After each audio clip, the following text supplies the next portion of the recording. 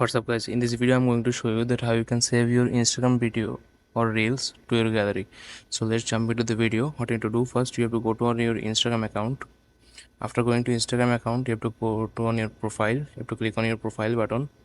Please guys, make sure you watch the full video and follow every steps that I'm going to show you. So after going to your profile, what you need to do, you have to click on this reels option, video option, like here. After that, you have to choose your reel video that you want to download. I'm going to download this reel from my profile. After going to your reel, then you have to click on an option called share. In third option, like that, you have to click on this. After clicking on this, you can see here is an option called download. You have to click on this fourth option, just like this. Then your reels will start downloading. After downloading, you can find your reels on your gallery. So this is how you can save your Instagram reel to your gallery. I hope you find this video helpful. Please leave a like on this video and subscribe my channel for more video like this. Peace.